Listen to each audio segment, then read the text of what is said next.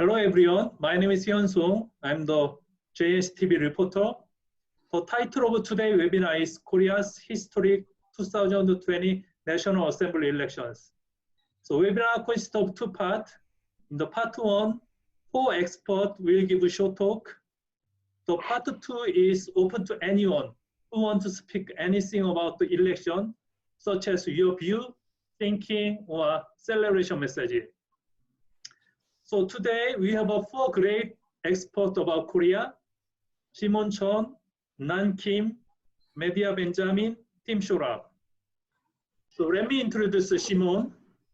Simon teaches international relations at Northeastern University, an associate of Korea Policy Institute, sits on steering committee for the Alliance of Scholars concerned about Korea, and the advisory board for Codephink. Simon is also an active member of Korean Peace Network. Simon, could you introduce other speakers? Good evening. It's a great honor and pleasure to have Medea Benjamin, Professor Nan Kim, and Tim Shorab for tonight's webinar. And they are so well known, I don't think will need a much introduction, but out of formality, let me say a few words for each speaker. Let me first start with Professor Nan Kim. Professor Nan Kim directs the Public History Graduate Program at the University of Wisconsin-Milwaukee, and she's an associate professor of contemporary history with a special emphasis on transnational public history and political dissent and divided Korea. Her recent book, Memory, Reconciliation, Reunion, Crossing the Divide, received Scott Bill's Memorial Prize from the Peace History Society in 2019. She's one of the best scholars in contemporary Korea history and also a great activist in social justice and human rights and peace movement, and also a great friend of mine. Thanks, Nan, for joining us tonight. Let me next move to Medea Benjamin. She's a co-founder of the women-led peace group, Codephink, and the co-founder of the human rights group Global Exchange.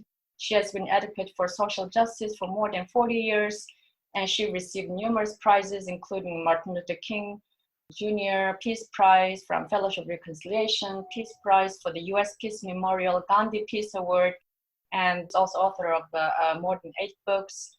And I had such honor and pleasure in participating with her and the International Women Delegation Peace and Security Expert in South Korea 2 years ago, organized by women across the DMZ. And it's great to have Medea tonight.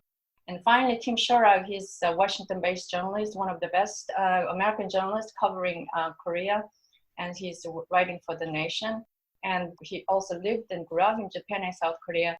And in 2015, he was named as honorary citizen of Gwangju for his stories about the 1980 uprising. So it's a great honor to have you. Thanks, Tim, for tonight's webinar. And with that introduction, hi, Nan. Hello, thank you so much for including me, and I'm very honored to be part of this event. And hi, Medea. Hey, good to be with you. I'm extremely honored to be part of this celebration. Good to see you. Hi, welcome. How are you? So let me start then.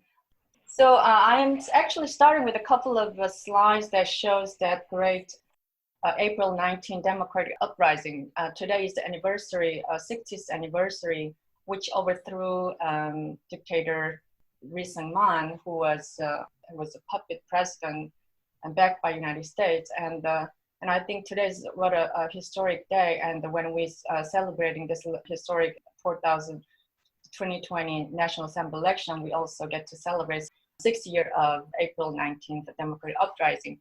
So I'm hoping that Tim, who has been witnessed the event, will be here shortly. And then this is I got from Tim's Twitter, where he was discussing about his experience. So hopefully we'll hear more from Tim. And I also include a couple of slides, which probably Professor Kim can also address in view of the importance of the Seoul ferry disaster, which led to mobilization and also leading to candlelight movement, which I personally feel that has a great to do with this historic outcome that we have last week. With that introduction, I want to focus on briefly, but my talk, that is, I'm going to talk about how did such a historic election were held in the midst of COVID-19, and then focus more on the foreign policy side.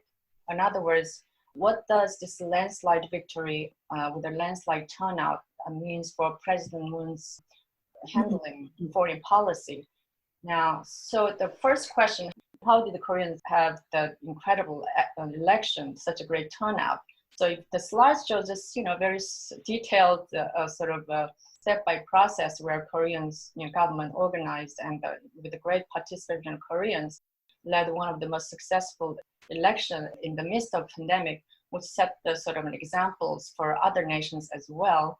And the next slide that which you're seeing is there also the way Koreans thought about how they should, with the, in the midst of a pandemic, they're still going to take this public civic duty, very important. As you recall, Koreans even, they had the election even during the Korean War. So this was another historic moment.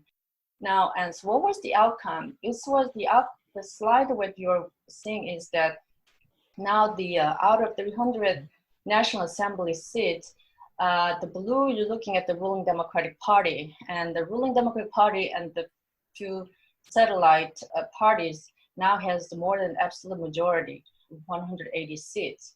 So, which is the first time actually, probably in 20 years. And also this is the first time that in the Korea's history, actually, we're gonna have the sort of center-left majority at the National Assembly. So that is why this is such a landmark, landslide victory.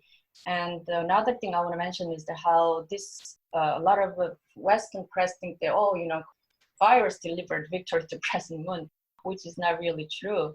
Actually, Korean, voters who delivered the landslide victory.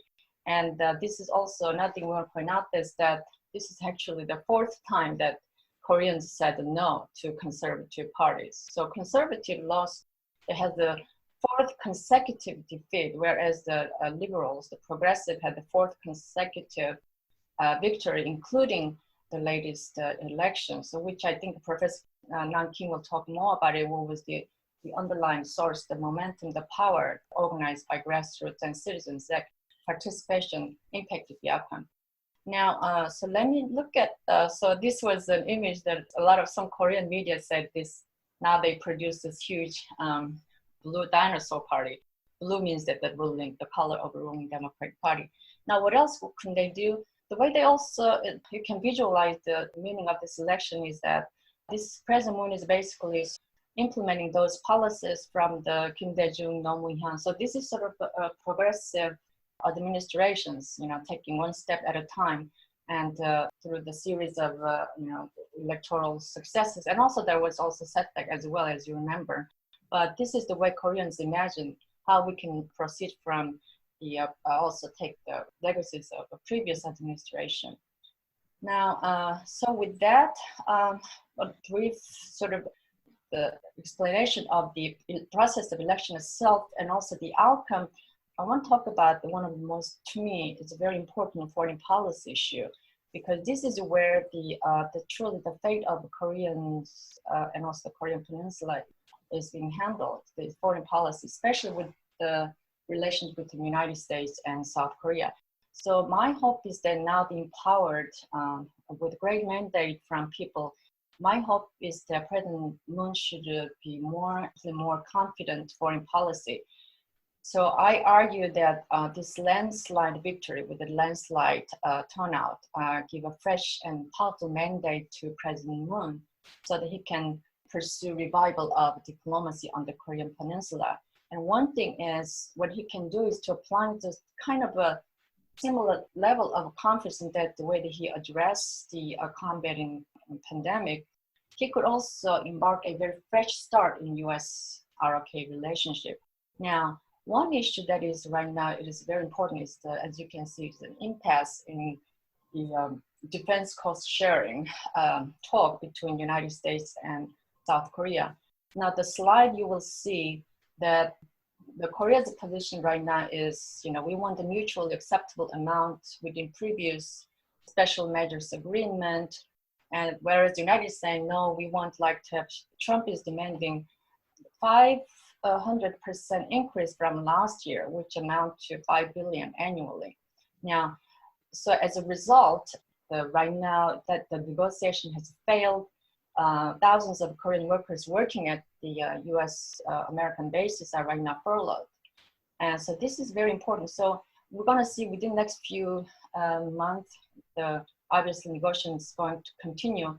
And many people hope that the United States should stop demanding such huge increase. And, as if United States is the most expensive mercenary army in the world. So this is where I argue that with the fresh mandate, I think that President Moon can really exercise his sort of policy of principle of self-determination sovereignty. And as you can see in this slide, 96% of Koreans, although many people still consider U.S. ROK reliance important, they oppose this such an increase. And even conservative American analysts said, no government is going to agree to a 500 increase in cost sharing all at once. And so this is a very important issue. I hope that President Moon can exert his leadership. And I feel that the outcome of this election also shows that Koreans yearning for real permanent peace on the Korean Peninsula, Korean unity. And the slide that you're looking at is the survey done among Koreans. If you look at it, it's remarkable. So as you can see the slide, in spite of all the hardline talk, people were trying to divide Korea permanently, and the Korean would never even end it. If this survey shows that majority of Koreans, close to 70% believe in the Korean unity. And moreover, interestingly, the same survey shows that, actually people think that within very near term that Koreans are going to have we're going to have some kind of unified country. So the reason why I put this one is because, in my view, the meaning of this election is, contrary to what American mainstream media portray. It's a virus that delivered and whatnot. But I think that this was Koreans having effectively competently handled the pandemic issue. Now they're really expressing themselves, their confidence and maturity. And this slide shows that translation would be, although I have never had a chance to participate in independence movement against Japanese, this time I'm going to, make sure that I exercise my civic duty, that is voting. So this is a sentiment definitely strong, but never been really, you won't see in Western media. So with that note, I will conclude that the election was about the expression of Koreans yearning for sovereignty and independence.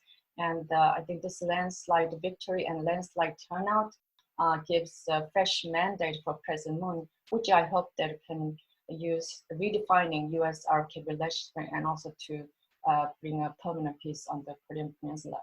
Now, let me pause here, and then I'm going to actually, maybe we can go to Nan, because it's going to be nicely sort of connected to some things that I mentioned in my talk. So Nan, should we can go ahead with you.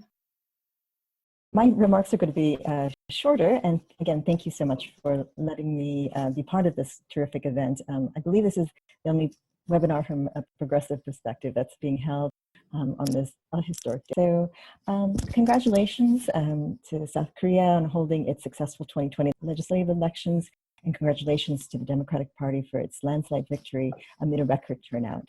I was asked to comment on some of the historic dimensions of this election. And it's indeed an important moment to take stock. South Korea has become a global model to show that a democratic society can recover from an outbreak of COVID-19, not only flattening its curve, but also bending it back. It's brought down the number of new infections down to single digits, as we heard today, from a peak of 909 in late February. And this occurred without a complete lockdown in an open democratic society. Now it has become the first country in the world to safely hold a national election during this pandemic. And this, by scrupulously adhering to practices of social distancing and taking extensive precautions. So it should be noted also because this had been a debate as to whether to cancel the elections, but elections have never been postponed or canceled in Korea's history, even during the Korean War in 1952. And again, from earlier this week, this spring, the elections saw not only the polling being held, but the highest turnout in nearly 30 years. And so that was itself an achievement. It shows also the trust in the measures that this current government has taken in order to mitigate the pandemic. But it's not, the significance of the outcome is not only about the policies and approaches of responding to the pandemic. We cannot forget how extraordinary were the circumstances for the Moon government to have come to power in the first place, right? And also to appreciate really how unlikely it would be that you'd have this current government that could be responding committed to these principles of transparency and also on a record of public safety.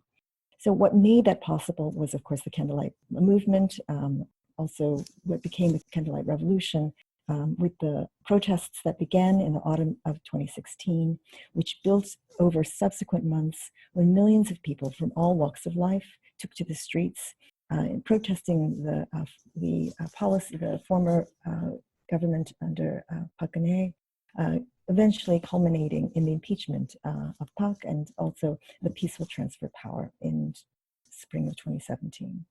So it was that nationwide protest movement that created the conditions of possibility that led not only to the ouster of Park Geun-hye and the prior administration, but also that movement informed the current Moon government's response to the pandemic, particularly its commitment to transparency, responsive and accountable governance, and also the active and widespread participation of the citizenry in the public interest, right?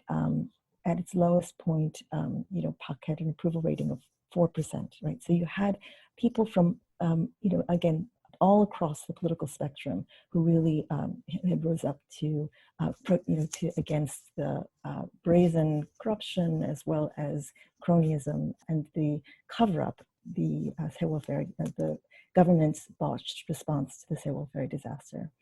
So fundamental to the Candlelight Movement was indeed that legacy of the Sewol disaster, which took the lives of 304 people, mostly teenage high school students. And that was a tragedy that was witnessed in real time. I was in Seoul in that April of 2014, and you had really a whole nation traumatized because as the precious hours slipped by, it was clear that there would be no survivors. And the trauma of that avoidable tragedy was also what certainly mobilized or galvanized political will. This had not, in recent weeks, you've had people analyzing, how Korea was able to make these political changes to respond in a very effective way. And citing this historic tradition of protest, which indeed is true. But we have to remember that back in 2016, even in the weeks leading up to the Candlelight Revolution, this generation of young people were regarded as the apathetic generation. It was not one that saw a general mobilization. So fundamental to the Candlelight Movement was this legacy, and that tragedy was what elevated concerns of public safety and the vital importance of protecting human lives who would otherwise be endangered. You had the unresponsive government, and one that was... I think it reminds us that there are people out there who don't want the South Korean democracy to move forward, and it's probably has to do with things like reconciliation. So going forward, as we must do, I think there is a study in contrast between what happened in South Korea and what's happening here in the United States. At the very same time that the South Korean election was happening in such a disciplined way, there was chaos in the primary elections in Wisconsin, where it was not clear whether the elections would go forward, and where in the end people really had to question whether they were risking their lives to go out and vote.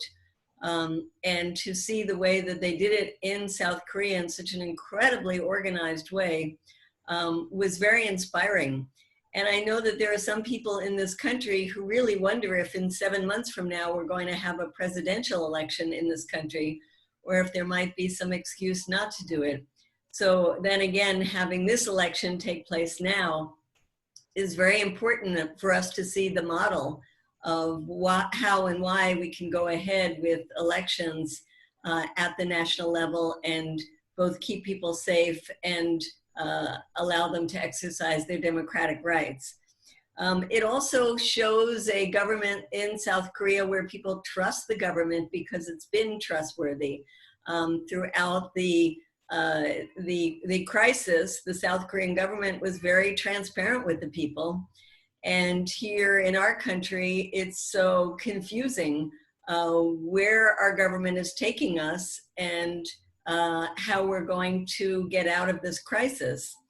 So one of the areas I think where the South Korean government really excelled was internationally, of reaching out in what was called coronavirus diplomacy, and being part of the international community and trying to give advice to the international community about the successes that they were able to achieve, how they achieved them, ramping up the production of personal protective equipment, shipping that overseas. And the contrast in the United States is one where our president has really doubled down on looking for scapegoats and scapegoating other countries like China, as well as scapegoating the World Health Organization, and showing such a total lack of leadership, while President Moon in South Korea showed so much leadership at the national and international level. And I think it's going to be really interesting to see what this government is now going to be able to do to reinvigorate the economy, because the rest of the world is trying to figure out how we're going to get out of the crisis economically as well.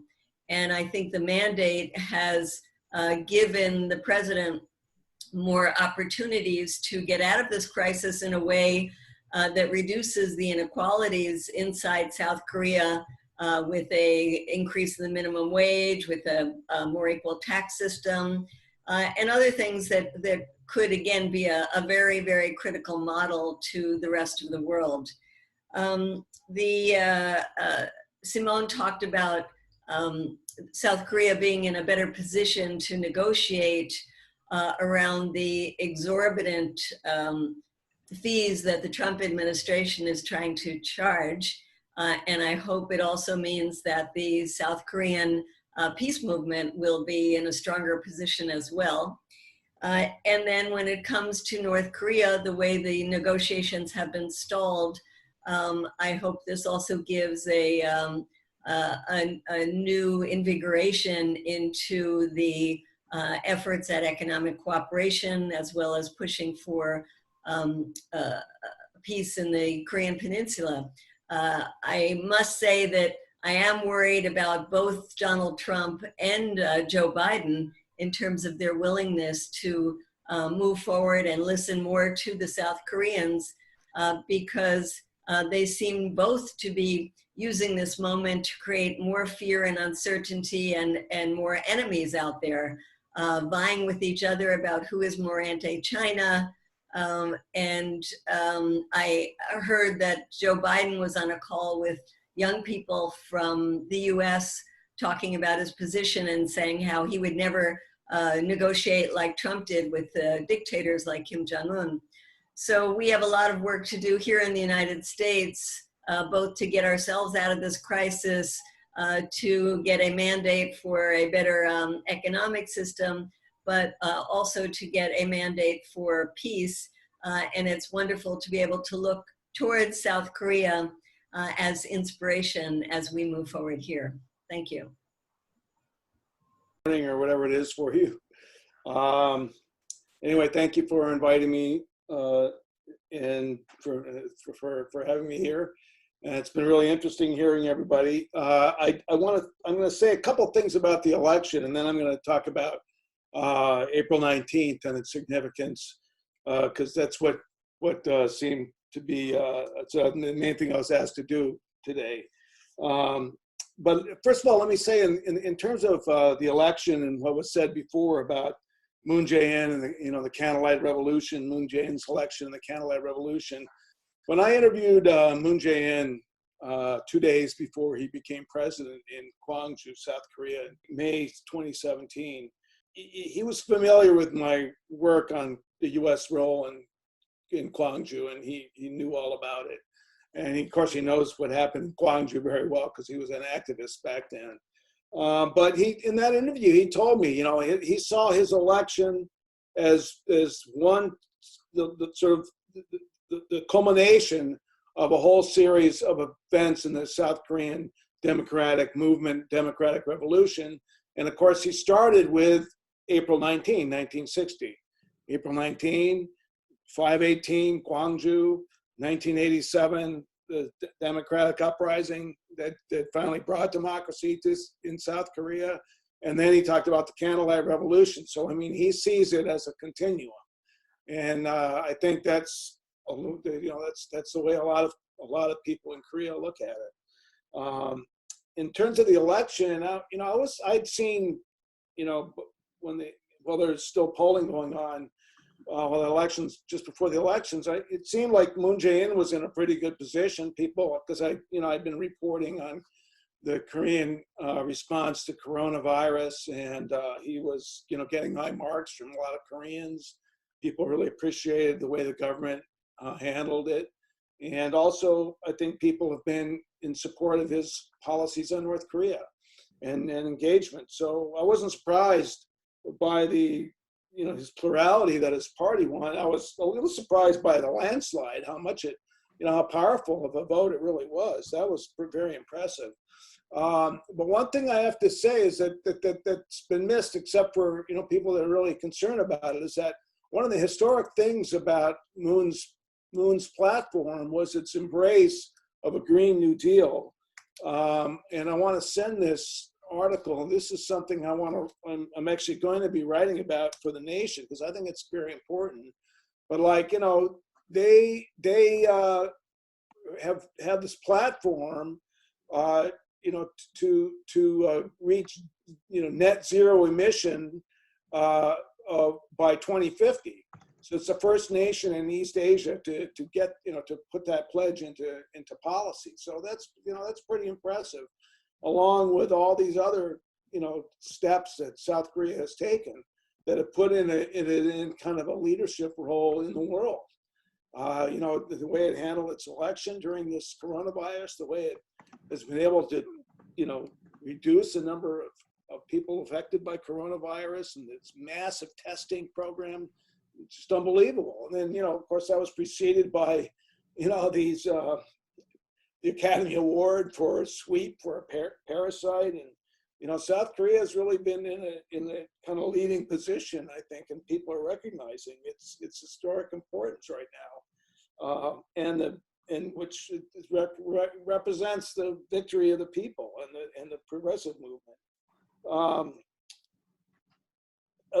It's interesting to watch, of course, when I saw that this North Korean defector, Tae Young-ho, was running, and he ran in the most, conservative district in Seoul, right? The real high income area of Seoul. And he won a seat. So this, first North Korean defector to actually win an elected seat in the National Assembly. So of course the New York Times and Washington Post did all these stories on him. And the thing that's, a lot of people don't know about him is that, when Tae Young-ho came to the U.S. 2 years ago, he was funded by the National Endowment for Democracy, which, as you probably know, was created by the Congress in the 80s as sort of a backup to the CIA. Instead of having the CIA, get involved in dirty dirty work in other countries. They would get NED to fund like pro-American politicians, pro-US politicians all over the world. And Tae Young-ho was brought to the US by NED when he came here in 2017. And I expect that there's going to be, you know, like he's going to be here and, you know, representing, you know, these sort of North Korean defectors who want, you know, who want to have a hardline policy toward North Korea and make them, you know, give up their nuclear weapons. I'm sure he's going to be utilized by the, you know, powers that be here in Washington to push their hardline policy on North Korea. But one of the, you know, bright points of this election was, you know, not only the defeat of the ruling of this opposition party, this really reactionary right-wing opposition party, but Hwang Kyo-hwan, who was the former prime minister under Park Geun-hye, and he was a prosecutor that prosecuted, you know, all kinds of cases under the national security law during the previous conservative administrations, and he is now, you know, he had to resign from his party seat to kind of take responsibility for the loss, but he is out of South Korean politics now, and that's like a really good thing. That's like losing Lindsey Graham or something, you know, some really reactionary force in your politics, and the fact that he has gone is a really good thing. And the final thing is, I just have to note this terrible, terrible New York Times headline, which I still can't believe is on their website. The headline is atrocious. It's like the South Korean people don't exist. I mean, the headline is "The virus delivers landslide." Virus delivers landslide. Like the whole reason Moon's party won was virus. And I just thought it was like really kind of dehumanizing headline that to me summarized a lot of the way the mass media in the U.S. looks at South Korea in general. But it's still up there. Virus delivers landslide. I don't know. For some reason, it really stuck out at me. But anyway, just to turn on, you know, today's April 19th in the U.S. and was April 19th in Korea. And 60 years ago was when there was this revolution against Syngman Rhee in 1960. And I was a kid and I was lucky enough to, you know, be there at the time. And like I've said, it had like a huge impact on me because it was really the first time in my life I witnessed. I was 9, so I was reading the papers and I knew what was going on through my father.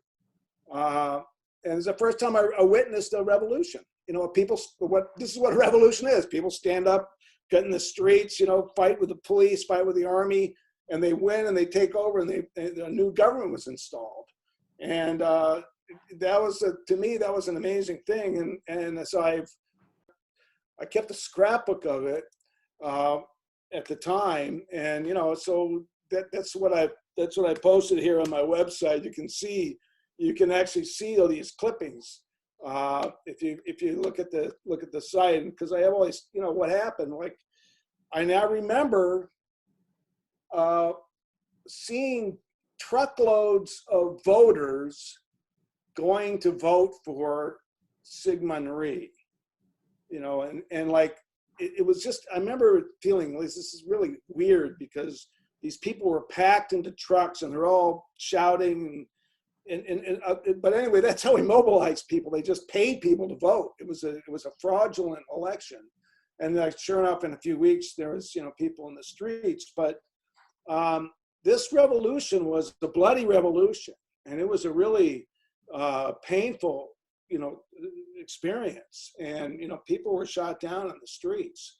And you know, one of the I'm going to be writing about this soon, but like I have been my father was at the time was with Church World Service, which is this large religious-based NGO that was distributing relief to Korea, much of it from the U.S. government. So he had a close relationship with the U.S. government, the aid mission there, to deliver this, like, you know, surplus grain from the US and all kinds of milk and dried milk and all kinds of stuff he was delivering to post-war Korea. And his office was right downtown where all the violence happened. And I have these letters that he gave to me. He died 2 years ago at age 94.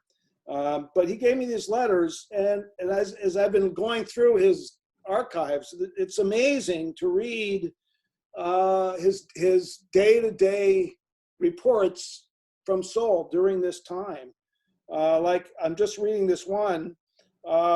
He just got a phone call from one of our staff reporting that several women students from Ewha University were just shot in cold blood as they were climbing a hedge adjacent to the president's mansion. They were part of a mass demonstration led by university and high school students who are leading marches, which are really spontaneous through the downtown streets. My secretary's husband, who works for the Korea Times, has just confirmed the fact that the women students were killed.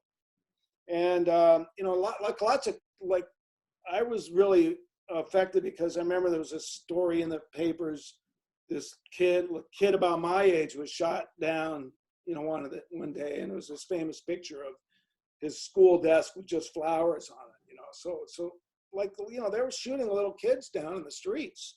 But after about 6 or 7 days, finally the military, like, stopped, you know, the military basically sided with the people against the police that Syngman Rhee had ordered to shoot people. And it came to an end, and finally the CIA flew Syngman Rhee out of Korea on a CIA plane, like one of these, you know, contract airlines the CIA used, and they flew him to Hawaii. But at the time, you know, the U.S. was seen as it did the right thing. Like, they allowed is a terrible word to use, but they stood aside as a popular revolution happened against a U.S.-backed dictator. And, you know, they thought they had their own problems with Syngman Rhee, the U.S. did. So they were kind of happy to see him go. But at the time, you know, I thought, yeah, well, all right for the U.S. You know, we sided with the revolution, but it was kind of like the last time we ever did that, particularly in Korea.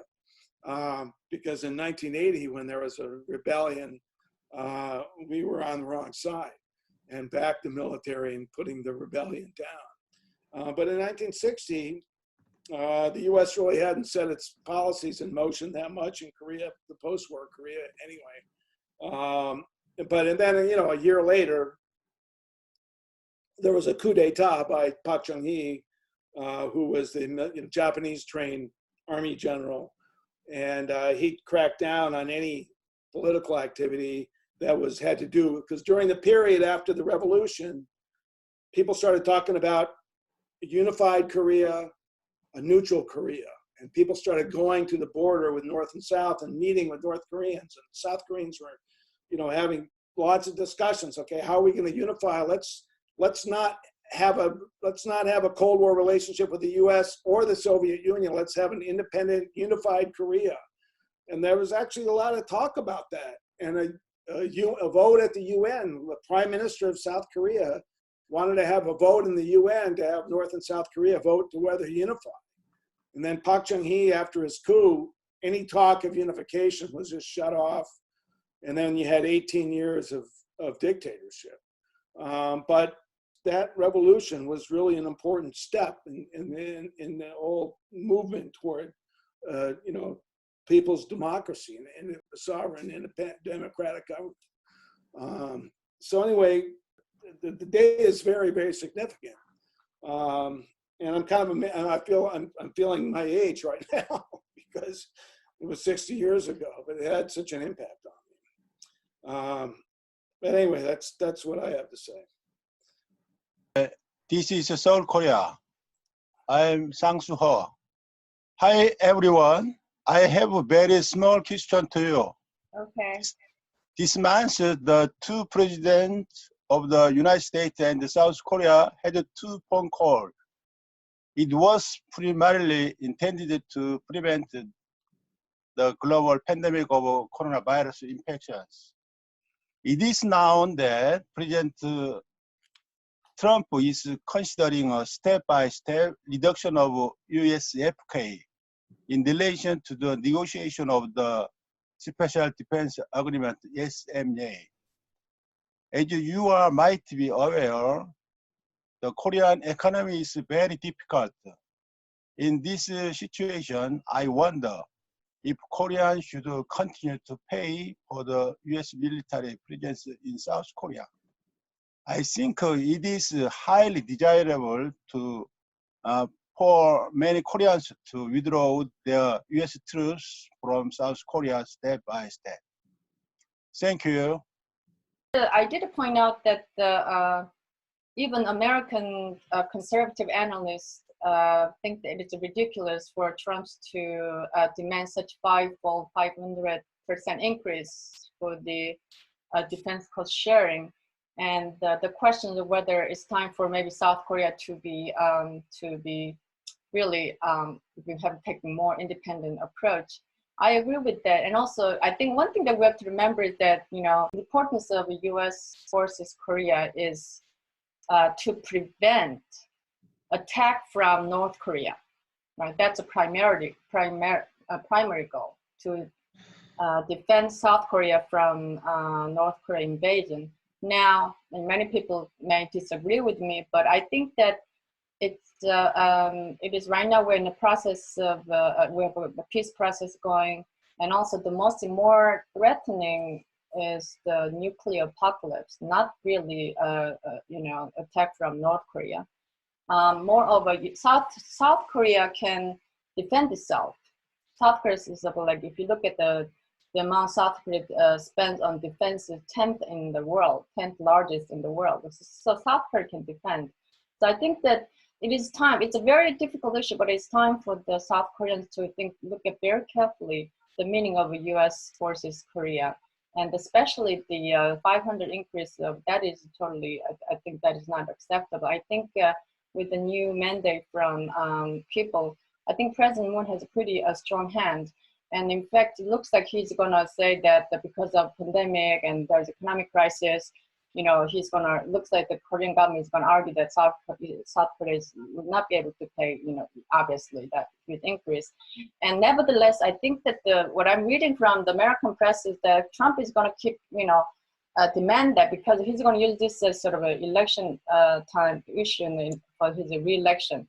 If you don't pay, we're going to withdraw American forces from Korean Peninsula, and which a lot of Americans actually, especially American politicians, object to it. When I visited those members of Congress, one thing, it was amazing how number one issue, the only issue they really care very deeply was to having United States forces in South Korea. If not, you know, it's almost like a permanently. That to me, to them, the most important issue.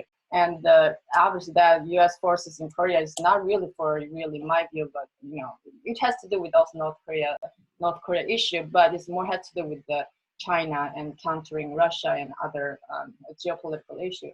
But I tend to agree with the implication of the gentleman who raised this question. I think that South Korea really should be more take sovereignty more seriously in the Korean process, and peace initiative should really help reduce eventually the American forces in the Korean Peninsula. South Korea should not be a colony of the United States. Thanks to all the speakers, and particularly for being able to continue on with that sickening intrusion that we had. So in terms of what Simone was just talking about, I've always thought that one of the most important subtexts of what's been going on between the United States and South and North Korea the last few years is a real important opportunity for South Korea to reclaim more of its sovereignty, especially vis-a-vis the sort of neo-imperial or neo-colonial relationship with the US, and particularly with US forces. But my question is along the lines of what Medea typed in the chat.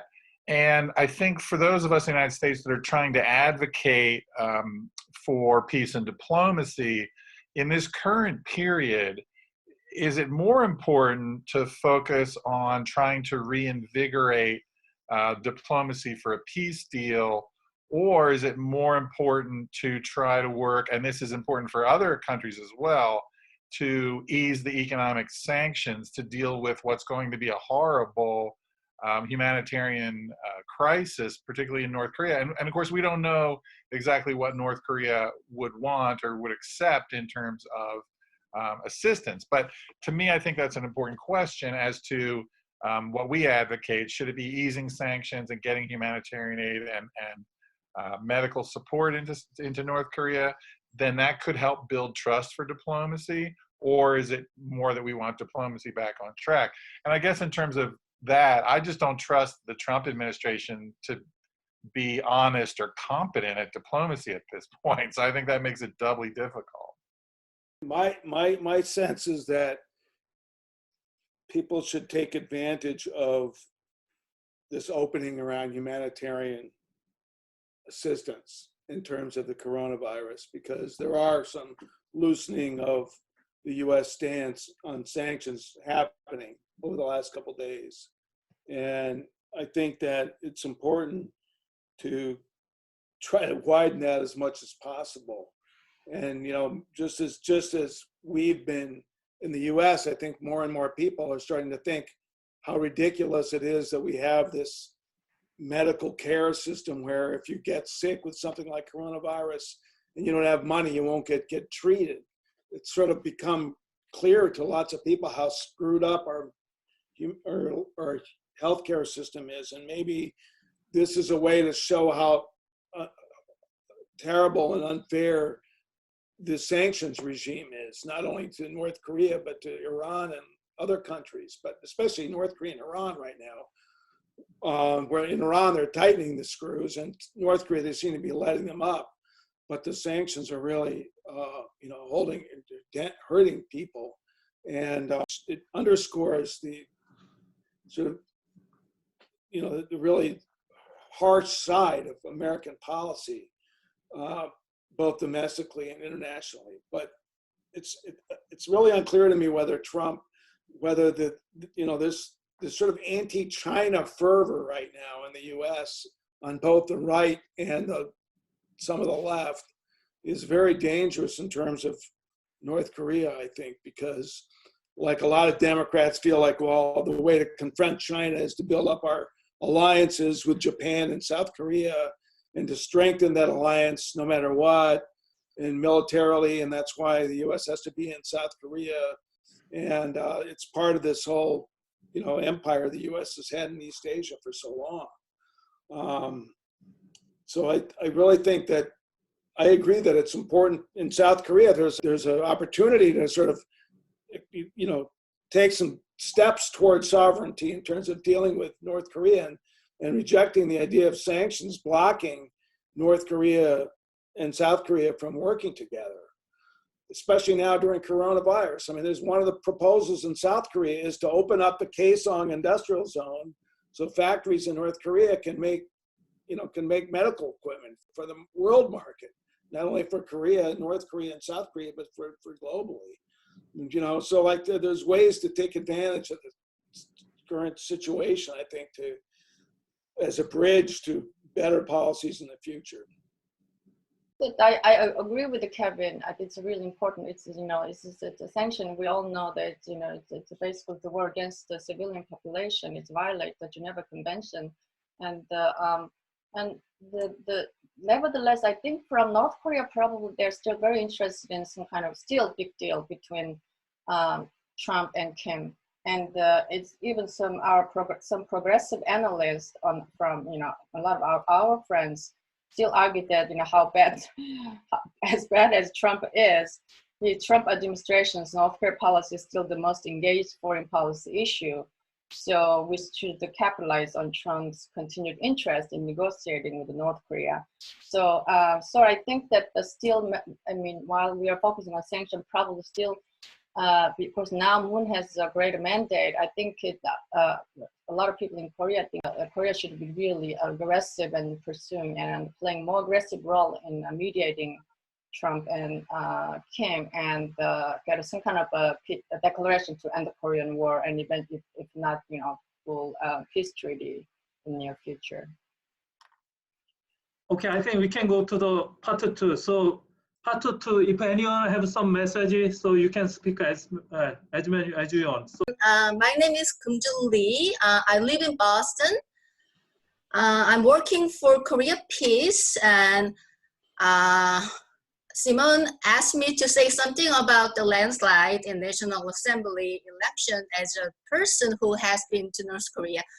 Last summer, I visited North Korea for 8 days, and I was able to observe the North Korean people's everyday lives and communicated with them. And so first, I'm very happy to be with you tonight, celebrating the overwhelming victory. And I think this is a victory for the candlelight citizens and overseas Koreans who hope for and support democracy, equality, justice, and peace. And as a peace activist, I expect the landslide will give momentum to the Korean peace process. I think it represents the Korean people's confidence and support for President Moon's North Korea policy. I expect he will get a great boost to push for Mountain Kumgang tour and the resumption of the Kaesong Industrial Complex.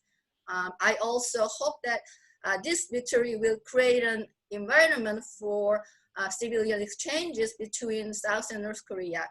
And I also hope our peace movement will gain momentum as well. You know,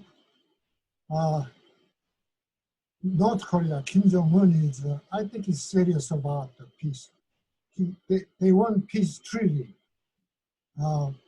Why anybody don't want the peace treaty? The North Korea is really hurrying. They need to do this step toward the peace treaty so that they can move on and live on. Right now, I've been to North Korea several times, and they are really hurrying, you know, because of the sanctions and all the isolation that, you know, have been done.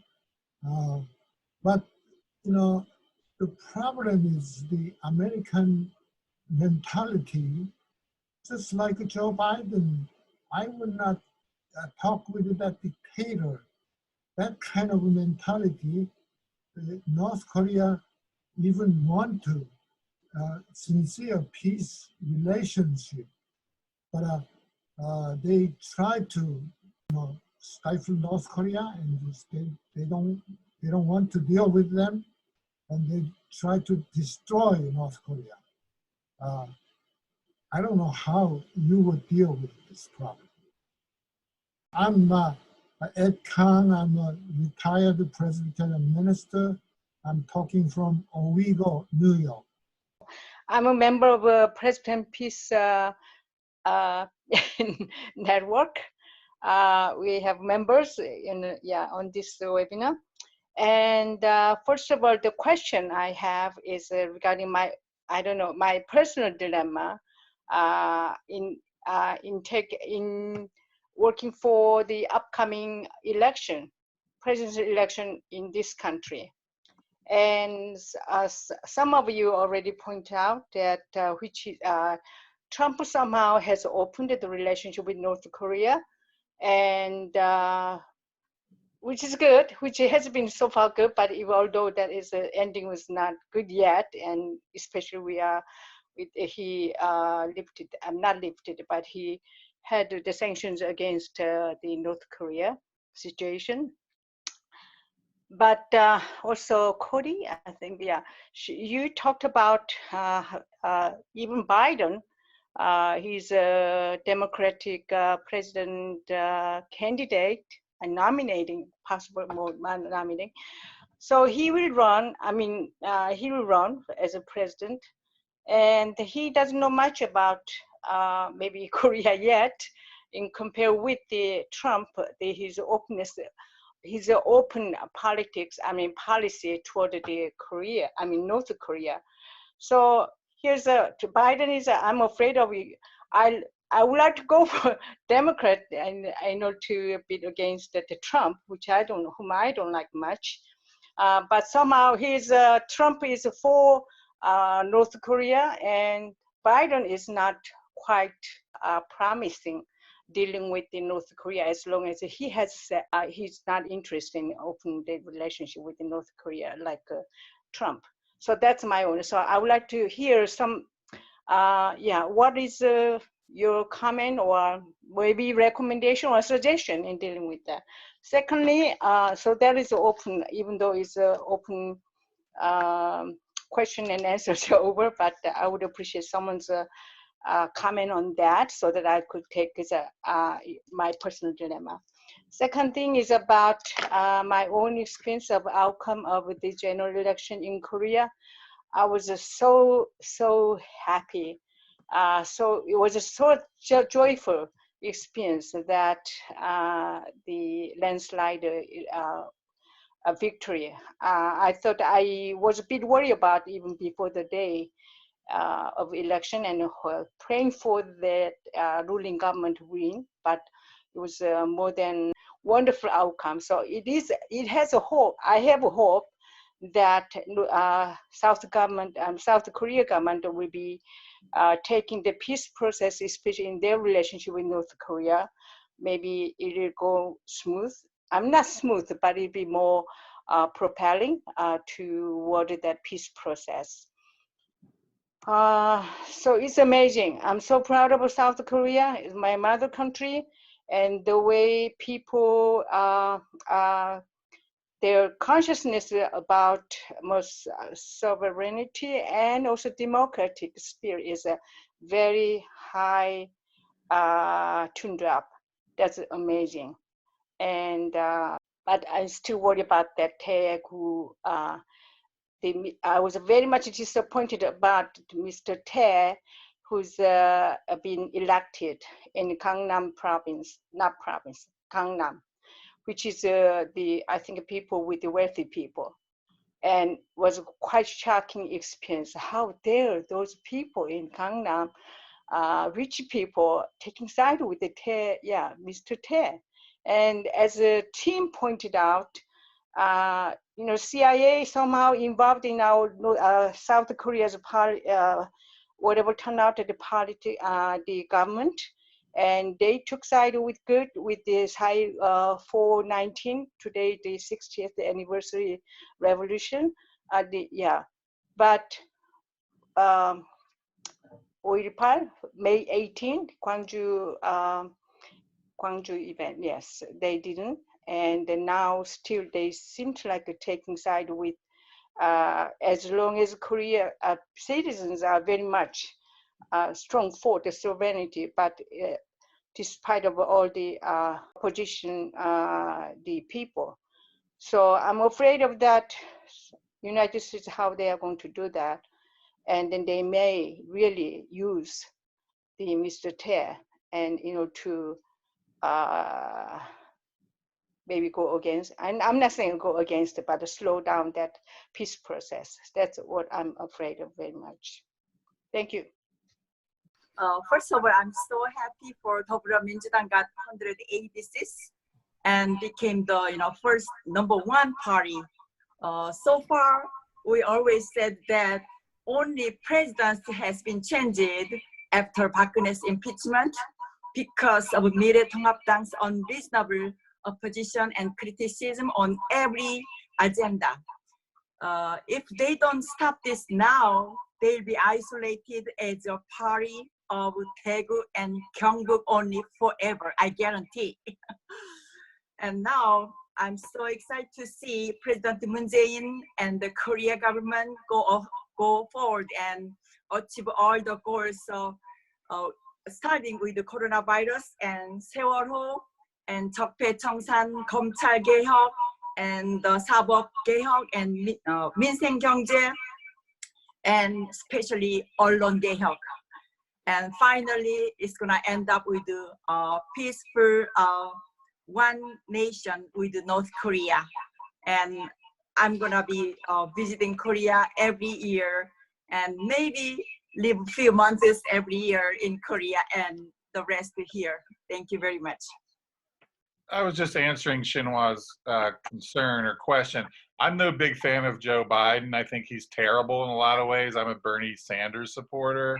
However, and others could confirm this or contradict it, there were some skilled diplomats in the Obama-Biden administration who, a lot of them worked on the Iran nuclear deal, but some of them have also negotiated with North Korea in the past. And of course, there were the sort of unofficial back channel talks. And regardless of whatever Biden just said, I don't think he knows what he's saying half the time. I think he's getting senile, unfortunately. I don't like him, but I feel bad for him. I feel compassionate for him as a human being. If there were a Biden administration, I think there are talented, experienced diplomats who could be deployed to try to negotiate with North Korea. Now, the thing is, Obama clearly decided not to make that a priority. They decided they could only do the Iran diplomacy. They couldn't also do North Korea, but I think that would be possible. Now, I don't think Biden's going to be president, so I should just say that right now. I think he's going to have to resign before November, so it'll either be some other Democrat or it'll be more Trump, and that's terrible. I don't want there to be more Trump. But if there were Biden or some other decent Democrat, if they decided it was a priority, there are diplomats who I think could be asked to intervene and revive diplomacy with North Korea. Yes, I agree with everybody. I was so happy at the result of the election. But what is really sad is that the situation in South Korea is such that we cannot really celebrate if it was the conservative opposition party that won that kind of landslide. They will be like making so much big deal out of that. I guess the reality is that even if we have 180 seats in the National Assembly, we have to be mindful of the fact that about 40+% of population still voted for the oppositional main, United Future Party. And it is that group that still controls the mass media. They still have connection to the not yet unreformed prosecutorial office and all those things. So yes, President Moon has a support from the parliament, but it won't be as simple as simply doing whatever the progressive part of the country is doing. So we need a lot more vigilance, just like we are trying to be very vigilant even with the COVID-19 in Korea with all the successes. I understand that even in Busan area, where the Democrats lost, they lost, with only a small percentage of vote difference. Before, they just couldn't even put any foothold. So country is changing to more the progressive and peace and justice-oriented directions. But just that the fact that we have landslide historical victory does not mean that it'll be a very smooth sail for next several years. But if you do that very well, there may be many years of a progressive administration that will help for unification and even contribute to the world peace as well. So Charles out. Maybe Professor Kim, Nan, do you want to make maybe closing remark? Oh no, it's okay. I just wanted to just say that this the success of these elections and South Korea's response to the pandemic was really the affirmation of this prior victory, political self-determination by the South Korean people. So many congratulations. I just want to address, Biden versus Trump. I'm afraid Biden is going to be the nominee, and I think the saving grace for him and the Korea situation, I think maybe the fact that the Democratic foreign policy people really value the alliance structure. And so even though they may disagree with South Korea on certain issues, they value the alliance far more than Trump does, I think. And that may be where, I think, as far as I'm concerned, we can't have another 4 years of Trump. for so many reasons. But like if Biden wins, we immediately go into opposition because they're going to be very hawkish on Asia and very hawkish on Korea and North Korea. But I think they can be steered, and I think Moon Jae-in and the South Korean government will have a big influence on U.S. policy at that time if the Democrats win. But there are some really super uber hawks among his advisors, and they're, as far as I'm concerned, they're quite dangerous. And I don't want to, unleashed, who knows what they could do. But I think there are avenues, and I think that that's the way his respect for the alliance will work to South Korea's advantage. I feel that if we want to change the balance of forces here, we've got to focus not just on Biden, but on the Democratic Party in general. And that we have to push a lot harder that it become a party that is for cooperation, peaceful relations. There is a lot of momentum around the sanctions issue now, not particularly for North Korea, more so for Iran, Venezuela, Cuba. I think we have to make sure that North Korea is always added into that mix. So when the UN is talking about lifting of economic sanctions, it's including North Korea.